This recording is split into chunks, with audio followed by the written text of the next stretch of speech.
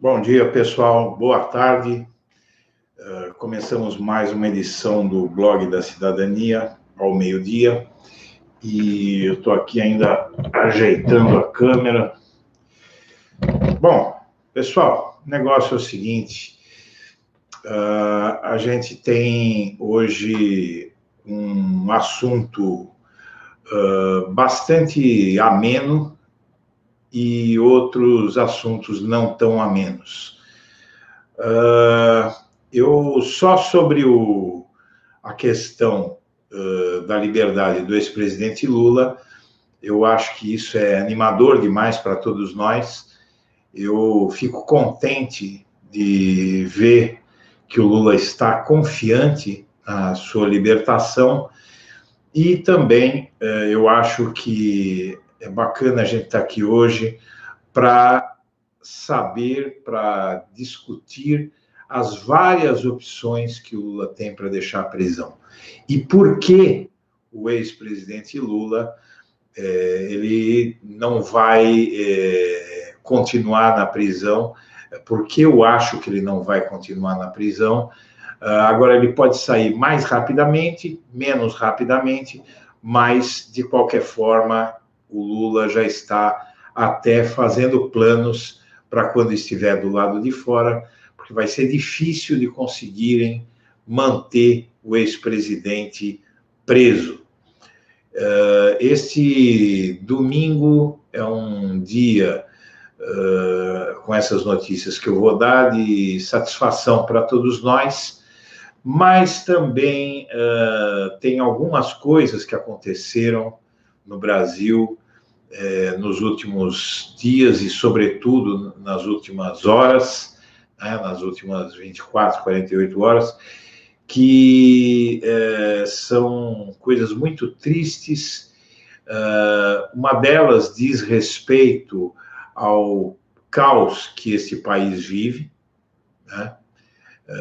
Que é a morte da menina Ágata, de 8 anos, no Rio de Janeiro, morta por culpa do governador do Rio de Janeiro, Wilson Witzel, e eu vou explicar por quê.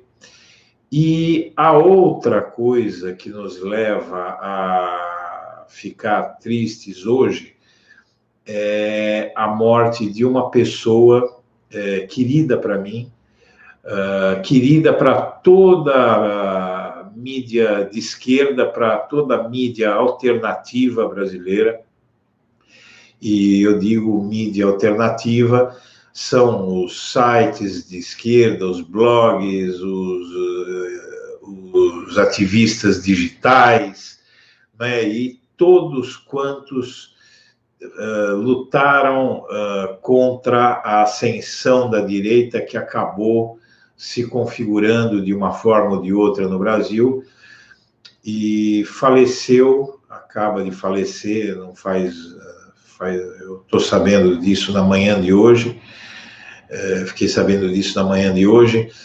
Williams Miguel, o senhor Cloaca, ele sumiu um pouco do cenário nos últimos anos, mas eu conheci o Williams Miguel, um paulistano que estava radicado em Porto Alegre e que fundou um blog de política e humor que era o Cloaca News.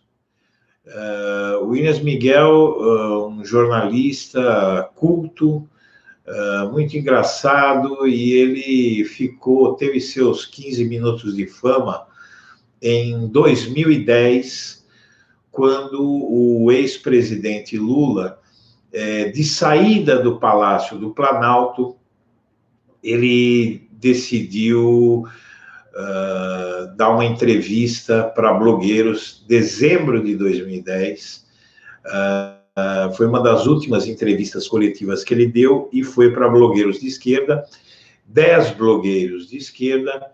Eu era um desses 10 blogueiros e o senhor Cloaca, que tinha um site de muito sucesso, era muito engraçado, era um sujeito muito culto, ele tinha uma verve cômica, né, uma veia cômica, e tratava com bastante sagacidade e com muito bom humor as questões políticas. Era um outro momento para o Brasil. Na verdade, a esquerda estava bombando. Em 2010, o Lula tinha 87% de aprovação após 8 anos de mandato e culminou com essa entrevista. Nós fizemos uma farra lá em Brasília, depois tivemos com o Lula, foi um momento de congraçamento. O Brasil parecia que ninguém ia segurar mais, porque a economia cresceu mais de 8% em 2010, no último ano do ex-presidente Lula na presidência da República. A pobreza tinha sido diminuída, em torno de 50 milhões de pessoas tinham saído da pobreza, a distribuição de renda era a maior da história, o nível de emprego não parava de subir, o salário médio do trabalhador, o salário médio real do trabalhador era o maior da história. Você não tinha mais, naquele tempo, a coisa mais difícil de conseguir naquele tempo, em 2010, era uma empregada doméstica, né? Ninguém mais queria ser empregada doméstica, porque ninguém mais estava se sujeitando a trabalhar por salários muito baixos, e quando aceitava, os salários eram tão altos que as socialites, as madames da elite aqui de São Paulo, fundaram um movimento contra o terrorismo das empregadas domésticas e das babás, porque elas não aceitavam mais trabalhar por qualquer salário. Eu me lembro que tinha uma padaria perto de casa que, na época, estava oferecendo quase 2 salários mínimos para alguém embrulhar pão e vender pão no balcão ali, e não conseguia funcionário porque as classes C e D e E estavam ascendendo, estavam subindo. Estava havendo uma distribuição de renda no Brasil, os mais ricos estavam perdendo um pouquinho e os mais pobres estavam ganhando um montão, porque um pouquinho dos ricos é um montão para os pobres. Bom, faleceu Williams, eu ainda não... O nosso amigo Cloá, que a gente chamava, Williams Miguel, e ele, nos últimos anos, ele estava com algumas dificuldades, ele me ligava às vezes, se queixando, estava sem trabalho, e eu fiquei muito triste, porque a gente nem sempre pode ajudar como quer, né? Porque tem tantos problemas, eu mesmo passei por tantos problemas nos últimos anos, e todos aí passamos, né, o Brasil afundando no autoritarismo, e agora parte precocemente. Ele tinha a minha idade, mais ou menos, a minha idade, em torno de 60 anos, um pouquinho mais que eu, ele era um pouquinho mais velho que eu, e partiu, e eu queria pedir pela menina Ágata, do Rio de Janeiro, e pelo Williams Miguel, se vocês topam, eu agradeceria, queria fazer um minuto de silêncio, e que as pessoas pudessem compartilhar esse minuto de silêncio comigo. Eu agradeço se a gente puder fazer isso agora.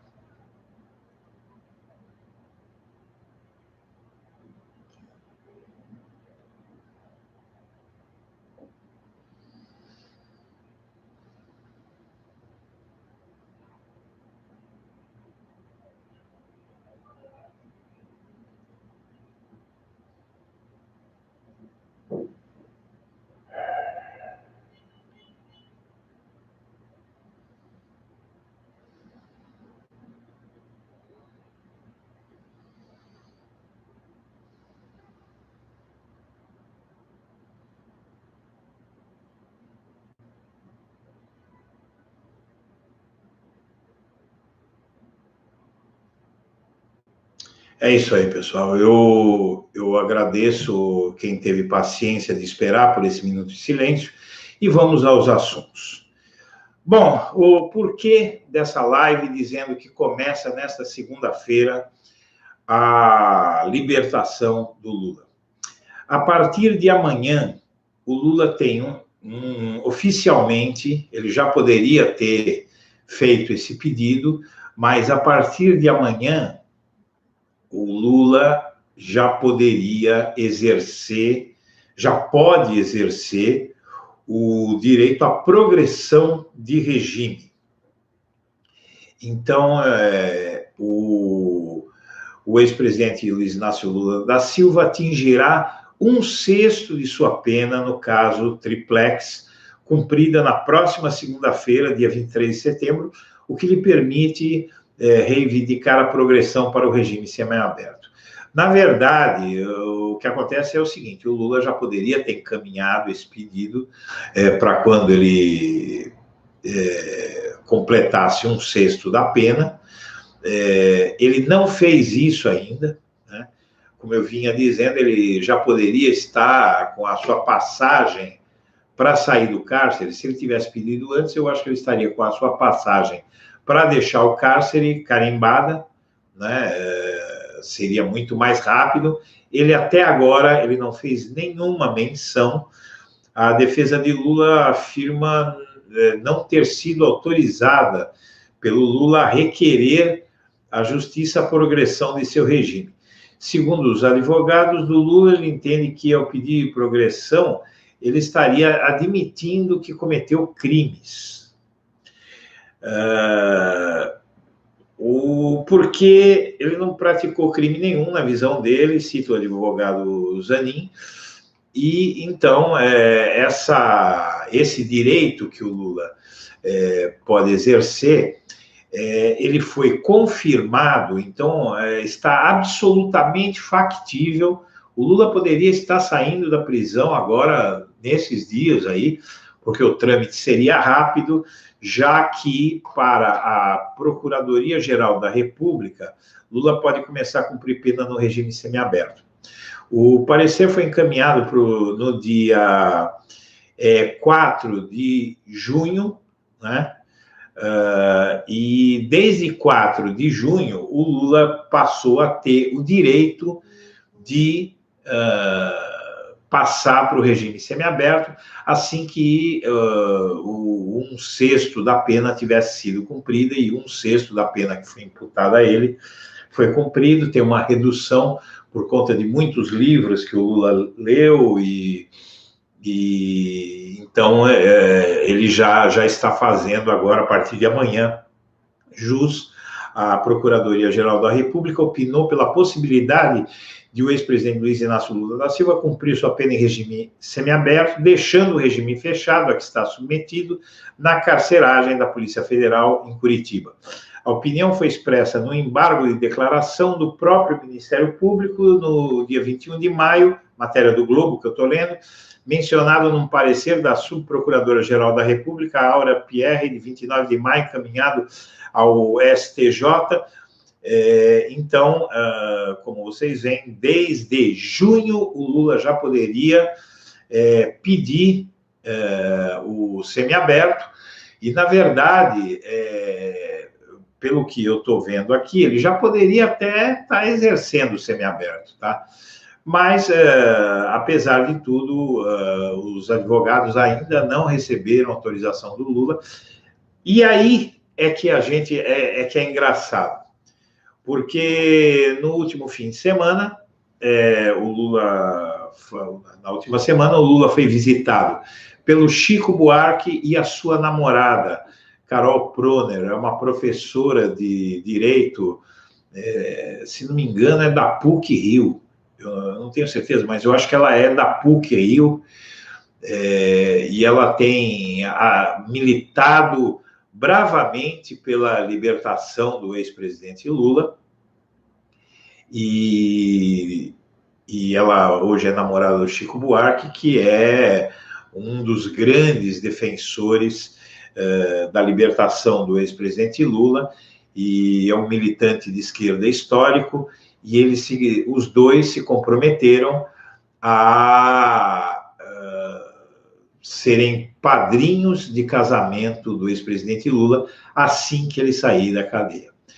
E é aí que a gente vê que por que é que o Lula não pediu a progressão de regime, porque ele acha que ele deve sair pela porta da frente, ele deve sair de cabeça erguida, e ele não pode admitir, se ele sair pelo regime semiaberto, ele acha que ele vai estar coonestando, ou seja, aceitando a armação de que ele foi vítima, porque ele vai estar se submetendo às regras de uma prisão que ele entende como ilegal, eu também entendo como ilegal, e então ele pretende sair da cadeia para se casar, como ele está dizendo, mas não através desse direito que ele já tem a partir de amanhã.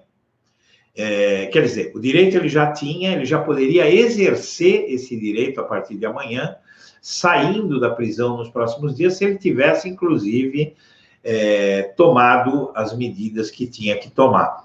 O Lula não fez isso, mas eu vou explicar por que ele não fez isso e quais são as evidências de que ele também está convencido que chegou a hora de acabar com esse calvário. O Lula disse que... Isso tem uma matéria até aqui no Jornal O Dia, que é bem bacana. Eles fizeram direitinho aqui. O amigo do Lula diz que a primeira coisa que ele vai fazer quando sair da cadeia é se casar. E aí, ainda preso em Curitiba, Lula pretende se casar com uma socióloga, 21 anos mais nova, com quem está há aproximadamente 2 anos. A noiva, Rosângela da Silva, mora em Curitiba, o que facilita visitar o ex-presidente com frequência. A informação foi dada por um amigo do Lula. E ele diz, inclusive, que ele citou também o casamento do ex-presidente Fernando Henrique Cardoso, assim que a esposa dele morreu. Ambos os ex-presidentes perderam suas esposas e refizeram as suas vidas. Mas como é que o Lula vai sair da cadeia, vai se casar, se ele está preso? O Lula diz reiteradamente que não quer ir para o regime semiaberto, mas ele já está querendo se casar. E como é que ele pretende fazer isso? Bom, existem várias fórmulas para o Lula deixar a prisão, e a primeira que eu quero citar é o seguinte: através a primeira forma que eu quero citar é a forma da progressão de regime, caso o Lula não seja condenado em nenhum outro processo. Ainda que o Lula não queira exercer esse direito, eu acho que esse direito tem que estar presente, porque se ele quiser, ele muda de ideia. É um direito que ele tem, e eu discordo da opinião do Lula que, se ele exercesse o direito ao regime semiaberto, ele estaria aceitando que ele é culpado de alguma coisa. Não. Ele foi vítima de uma armação, e eu acho que a sociedade precisa do Lula livre.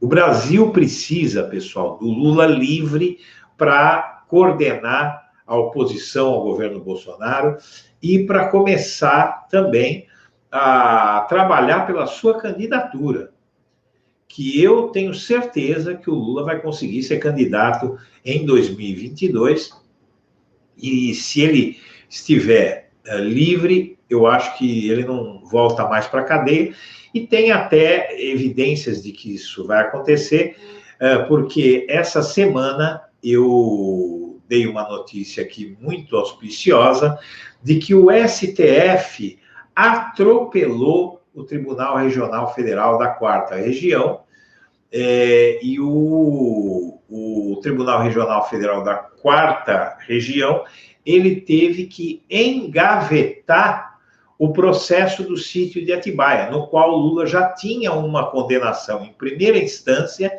e agora vai ter estava para ter um julgamento em segunda instância no TRF4, com aqueles mesmos 3 juízes que fizeram uma condenação sumária do ex-presidente no início do ano passado, em janeiro do ano passado, que resultou na prisão dele. O Lula está preso porque esse mesmo TRF4, em janeiro do ano passado, ele julgou o caso do triplex sumariamente.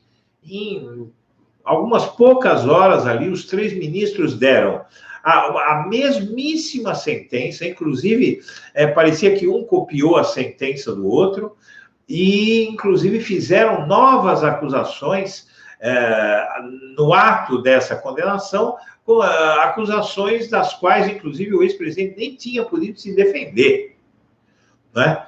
E todas elas baseadas em nada, porque jogaram o Lula na cadeia por conta de um apartamento que eles chamam de triplex, que esse apartamento iria ser dado no futuro para o Lula como propina, uma propina futura. Ele está preso por uma propina que ele iria receber um dia. Então, como ele iria receber um dia essa propina, eles resolveram colocar o Lula na cadeia. É uma maluquice, não existe isso em parte nenhuma do mundo e denota a falta do que dizer contra esse homem. O caso do sítio de Atibaia também, eles inventaram ali umas reformas que seriam propina para o Lula, mas as reformas são um sítio que não é dele, um sítio de pequeno valor, diante do que se fala aí de corrupção, diante do que se fala dos esquemas do Bolsonaro com as milícias do Rio, diante do que se fala dos tucanos, do Aécio Neves, do Alckmin, do José Serra, são dezenas de milhões de reais de roubalheira, né?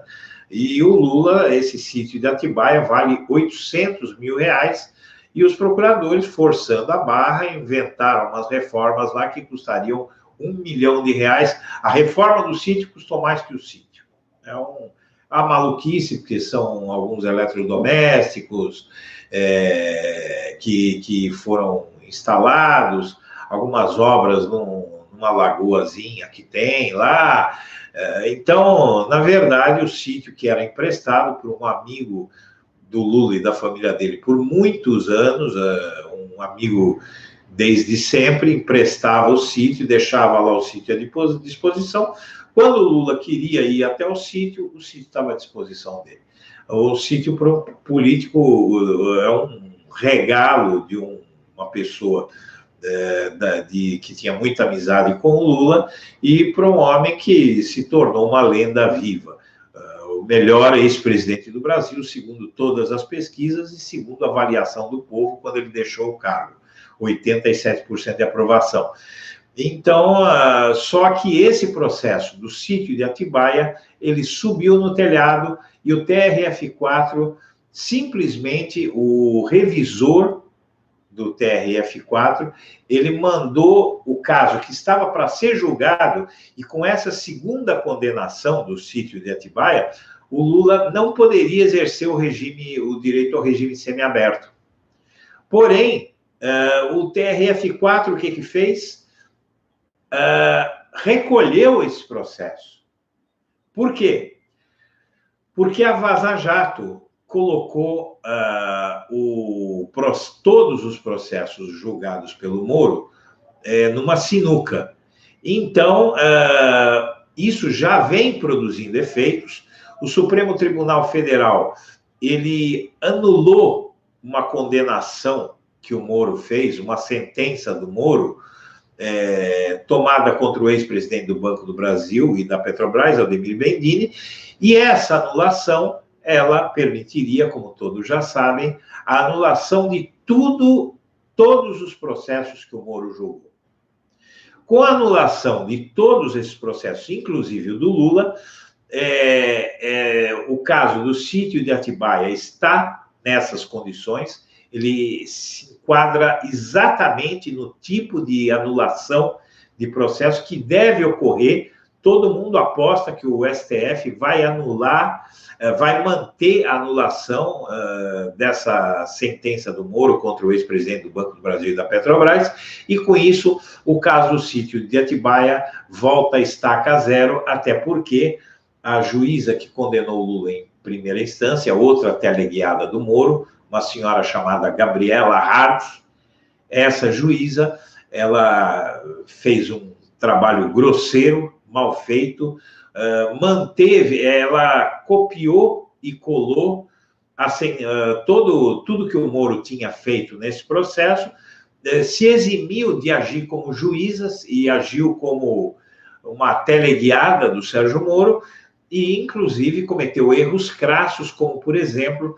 tratar o acusador do Lula, nesse caso também do sítio de Atibaia e do Triplex, que é o ex-presidente da OAS, Léo Pinheiro, tratou esse homem como duas pessoas distintas, porque em alguns pontos do processo ele aparece como José Aldemário Pinheiro e outro como Léo Pinheiro. E ela tratou esse homem, tanto ela não conhecia o processo, que ela tratou essa mesma pessoa como como duas pessoas distintas. Então, a condenação é grosseira, e agora o revisor do processo sítio de Atibaia, que estava para já marcar o julgamento, ele pegou e devolveu para o relator, que é o amigo do Moro, o Pedro Gebran Neto, o amigo particular do Moro, e que tem feito tudo também, é outro teleguiado pelo Sérgio Moro, tem feito tudo que o Moro determina. Então, ele violou todos os prazos, outra vez violação de direito de defesa, ignorando provas e contraprovas da defesa, fez um processo sumário em pouquíssimo tempo, mas questão de poucos meses, a condenação em primeira instância já estava para sofrer uma condenação em segunda instância, mantendo assim o Lula preso, independentemente da progressão de regime. Porém, o Blog da Cidadania noticiou nessa semana que esse revisor, vendo a situação da Lava Jato e vendo a possibilidade, inclusive, da anulação desse processo sítio de Atibaia, agora visível em decisão recente do STF, anulando aquela sentença do Moro, todos os processos do Lula aí, encaminhados pelo Moro, subiram no telhado e está tudo paralisado. Então, o Lula tem agora, como nunca, a chance de exercer esse direito de sair por progressão de regime, e eu acho que ele devia aproveitar. Devia sair de uma vez e depois ele consegue anulação, depois ele consegue outras coisas, ele vai estar do lado de fora, vai estar fazendo política. Então, eu queria dizer isso, deixar claro aí essa minha opinião. Eu sei que não vai influir em nada, muita gente já deve ter feito, muita gente mais próxima do Lula já deve ter feito essa ponderação com ele, mas, sinceramente, eu acho que ele comete um erro. Claro, isso aí mostra a seriedade, o Lula quer mostrar que ele é uma pessoa séria, que ele não está brincando, que ele se diz inocente mesmo, porque ele acredita na própria inocência, e eu acho que essa é uma grande prova dele não querer ir para o semiaberto, não querer a liberdade, podendo estar livre. Porém, sinceramente, eu acho que ele devia vir aqui para fora, a gente está precisando dele aqui para brigar com os fascistas, para lutar com os fascistas, para tentar resgatar a democracia brasileira, redemocratizar. Nós precisamos redemocratizar o Brasil, e um general como Lula, não pode estar fora dessa guerra. Mas o Lula também é um sujeito, um sujeito que tem um senso de justiça muito grande, e ele não quer dar esse prazer a essas pessoas de vê-lo conestar a farsa de que ele foi vítima. Mas existem outras fórmulas. Primeiramente, a gente tem que ver o seguinte: a decisão do STF sobre Bendini pode levar à anulação da sentença. Essa é uma das fórmulas de o Lula sair essa é a fórmula de o Lula sair da cadeia, independentemente dos outros processos, pela progressão de pena. Mas existe também a questão da suspeição do Sérgio Moro. O que acontece? Esse novo Procurador-Geral da República e também a Lava Jato e alguns ministros do Supremo dizem que não pode decretar a suspeição do Moro e não pode anular as sentenças todas do Moro com base nessa suspeição, porque as provas do Intercept são falsas. São falsas, não. São ilícitas. Eles não dizem mais que as provas são falsas, eles dizem que elas são ilícitas, porém, segundo a lei, o Código de Processo Penal, uma prova ilícita, ela não pode ser usada em um processo, porém, ele está enganado, o Procurador-Geral da República, eu fui me informar, e a prova ilícita, ou seja, o que é uma prova ilícita? Foi feito um grampo do aplicativo Telegram dos procuradores, e aí eles descobriram que o Sérgio Moro e a promotoria, ou seja, a força-tarefa da Lava Jato no Ministério Público, agiam em comum acordo. Então, ficou-se sabendo que o caso do Triplex, por exemplo, que condenou o Lula, não tinha juiz. Tinha acusação e defesa, só que a acusação, além de ter a promotoria, ela tinha o poder de tomar a decisão. Então, quer dizer, foi uma farsa o julgamento do caso do Triplex, porque não tinha juiz, porque o juiz Sérgio Moro ele atuava junto com a acusação. Então, um julgamento que não tem um juiz para decidir qual dos dois lados tem razão, o juiz ele está mancomunado, está acompliciado com a promotoria, eles trabalham juntos para condenar o réu, independentemente de prova, de recurso, de nada. Por isso que o Lula não ganhava nada na mão do Moro e de muitos outros juízes que estavam todos envolvidos nessa farsa judicial. Porém, o que acontece é o seguinte, segundo a lei, pessoal, no direito processual penal brasileiro, ou seja, no Código de Processo Penal, o artigo 157 dispõe que são inadmissíveis as provas que são obtidas por meio legal. Por exemplo, o grampo ele teria que ter a autorização da Justiça para ser aceito no processo, para causar algum efeito no processo. Porém, essas provas consideradas ilícitas, porque são gravações, por exemplo, grampos, sem autorização da Justiça, elas podem ser usadas, não podem ser usadas para condenar ninguém, mas elas podem ser usadas para absolver. Então, se você tem, aquela coisa, você tem uma prova ilícita de que houve um assassinato. Você não pode condenar o assassino por uma gravação sem autorização da Justiça. Mas se tem uma outra pessoa que está sendo falsamente acusada de ser a assassina, e essa gravação ilegal mostra que essa pessoa que está sendo acusada é inocente, então a prova ilícita serve sim para inocentar. Então as provas da Vaza Jato podem, segundo muitos juristas, elas podem inocentar o ex-presidente Lula, ainda que não possam ser usadas para condenar o Sérgio Moro. Mas tem também a questão do caso do Bendini, que essa já é uma decisão que é muito mais fácil que a questão da suspeição do Moro, porque então são três fórmulas de o Lula sair da cadeia, pessoal. A primeira fórmula é a questão da progressão de regime, que esse já é um direito líquido e certo. O Lula, se corresse com a papelada, ele em mais algumas semanas aí, talvez nem semanas, alguns dias ele já estaria saindo para o regime semiaberto.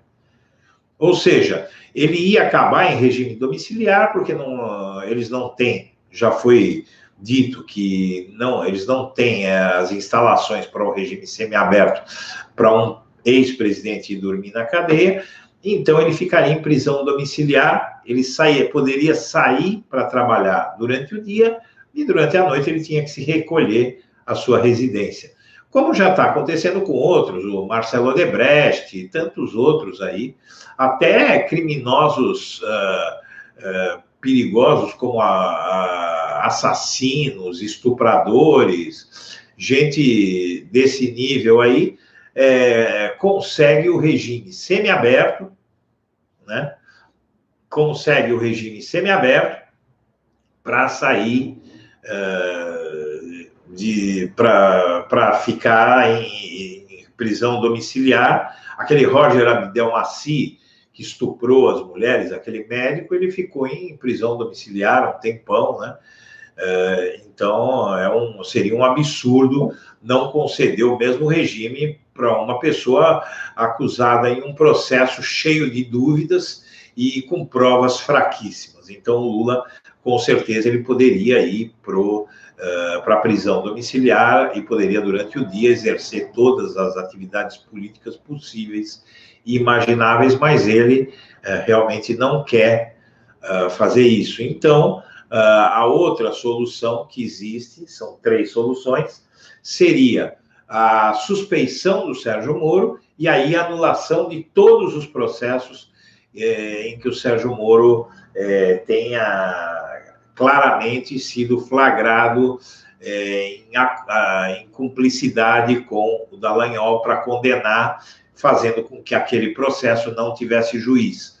Isso, o que se enquadra perfeitamente nesse caso, são os processos do Lula, e aí tem aquela polêmica sobre se as provas são viáveis ou não são viáveis, então existe essa polêmica, porém, o que acontece é o seguinte: uma prova muito mais uma outra saída muito mais eficiente que essa, e que deve ocorrer agora em outubro, seria o caso da anulação de todos os casos que o Moro julgou, e que ele julgou da forma como ele julgou o caso do Bendini, do Banco do Brasil e da Petrobras.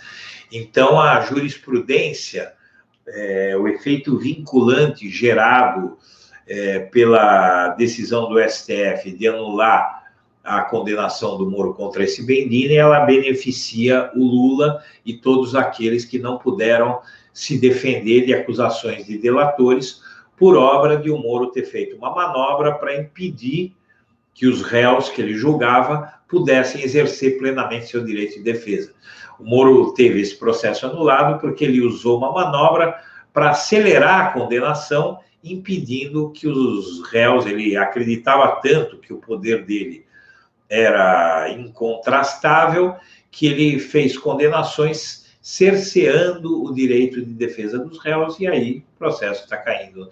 Já caiu no STF e já há várias matérias na imprensa dizendo que uma larga maioria dos ministros, é o que está sendo dito do STF, eles já decidiram que tudo que estiver nessa mesma situação desse caso do ex-presidente da Petrobras e da Caixa, vai ser anulado tudo que o Moro fez nesse sentido.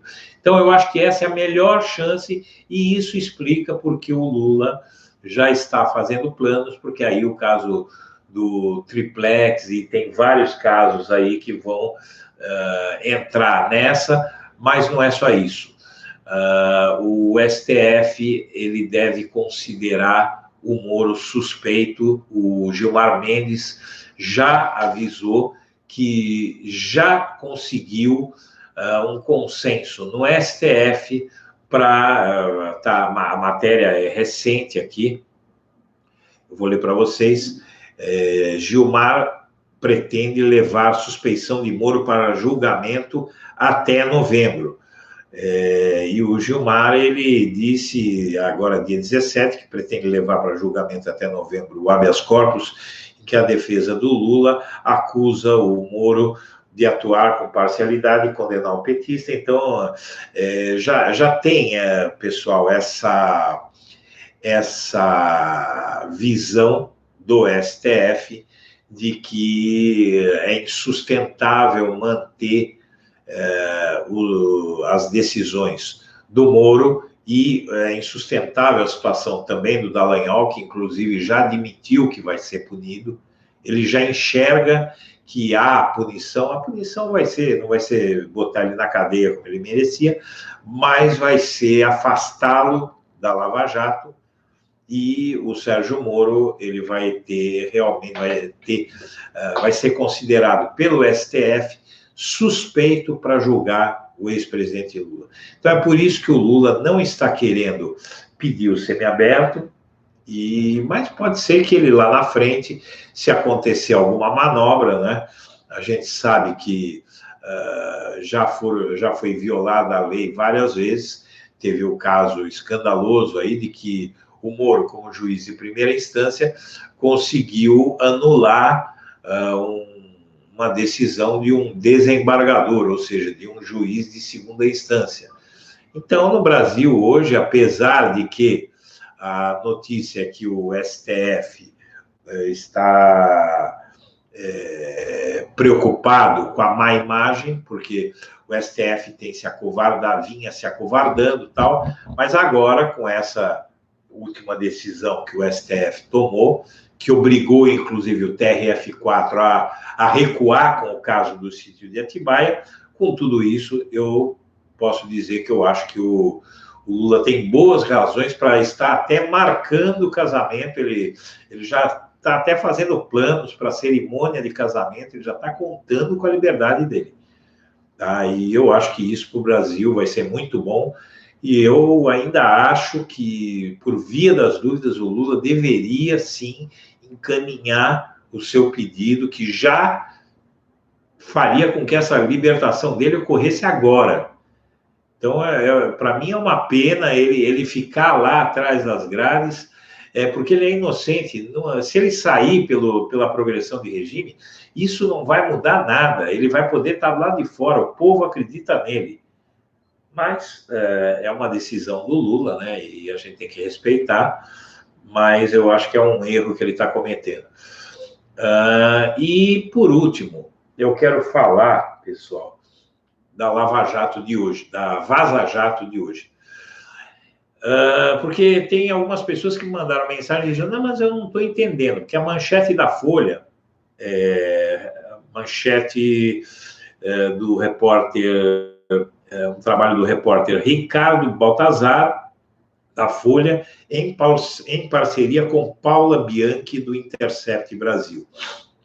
E o Ricardo, essa matéria, ela diz o seguinte: a Lava Jato poupou donos da Odebrecht de medidas drásticas para fechar delação.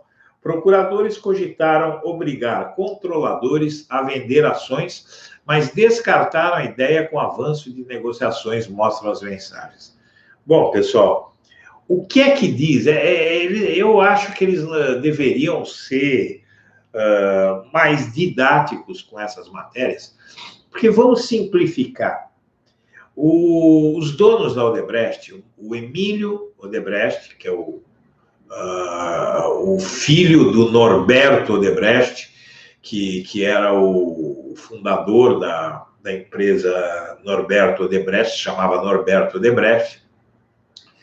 Ele é o pai do Marcelo Odebrecht. Esse sujeito, o pai e o filho fizeram um acordo de delação premiada, como todos os outros delatores da Lava Jato. como o Léo Pinheiro, esse que acusou o Lula no caso do triplex. E essa matéria do Intercept de hoje, o que ela mostra é que esses bandidos, eles obtiveram lucros enormes, porque eles tinham muito dinheiro fora do Brasil, eles cometeram crimes enormes, crimes gigantescos, lesaram o país como lesaram, e em troca de acusações políticas bem focalizadas, a grande maioria contra petistas e aliados dos petistas, alguns até de partidos de direita ou de centro-direita, que foram acusados por esses delatores, mas sim foram acusados porque eram aliados do PT, do governos do PT. Né? Por exemplo, o PP foi o partido que mais apareceu na Lava Jato, que era o partido do Bolsonaro. O Bolsonaro, antes de estar nesse PSL, que ele foi inventado às vésperas das eleições, aí só para o Bolsonaro disputar, ele estava no PP, que era o partido com mais envolvidos na Lava Jato. E o Bolsonaro, coitadinho, tão inocente, ele ficou tempão, muitos e muitos anos no PP, que era o partido da ditadura militar, né? O PP, que era o partido onde estava o Bolsonaro, era a ARENA, Aliança Renovadora Nacional, que era o partido da ditadura militar. E o Bolsonaro ficou nesse partido muito tempo e não viu que todo mundo, 90%, a começar do presidente do partido e mais 90 e tantos por cento do partido, estavam envolvidos em corrupção e o Bolsonaro não viu nada. Ou seja, ou ele é um grande... Aliás, não falam que o Lula é culpado porque ele não sabia, porque ele disse que não sabia. Acontece que o Lula era um presidente de um país e com inúmeras empresas estatais, com uma máquina gigantesca que ele não tinha como controlar tudo de perto. Agora, você está num partido político do lado de uma dezena de corruptos ali, gente que rouba, e você não ter percebido nada. Então, sabe, é uma conversa fiada do Bolsonaro, mas o que essa matéria está querendo dizer é que esses delatores, para acusarem quem interessava para a Lava Jato, eles ganharam até dinheiro. Vocês sabiam disso, não? Que os delatores... Por exemplo, o delator do caso do triplex, o Léo Pinheiro, que é o responsável por o Lula estar preso, esse sujeito, ele fez um acordo de delação premiada, mas ele fez uma acusação contra o Lula que viabilizou esse acordo de delação premiada, mas ele só foi homologado agora pelo STF, esse acordo que vai permitir ao Léo Pinheiro ter benefício. Ele, se não me engano, ele tinha tido 38 anos de pena em prisão, isso foi anulado para muito pouco, ele já está livre aí, está em 2 anos e pouco, ele já está livre e está saindo da cadeia com grande parte do dinheiro que ele roubou. Essa é uma coisa que as pessoas não sabem, que a Lava Jato negociou, inclusive no caso da Odebrecht, ela negociou que os donos continuassem à frente do negócio, que a perda de patrimônio por roubos gigantescos, eles deviam perder tudo que eles tinham, e eles conseguiram ficar com grande parte do que eles tinham, inclusive dinheiro, propriedades, e o Emílio Odebrecht ele vai continuar à frente da Odebrecht pelas acusações que ele e o filho fizeram ao Lula, ao PT, aqueles que a Lava Jato queria perseguir.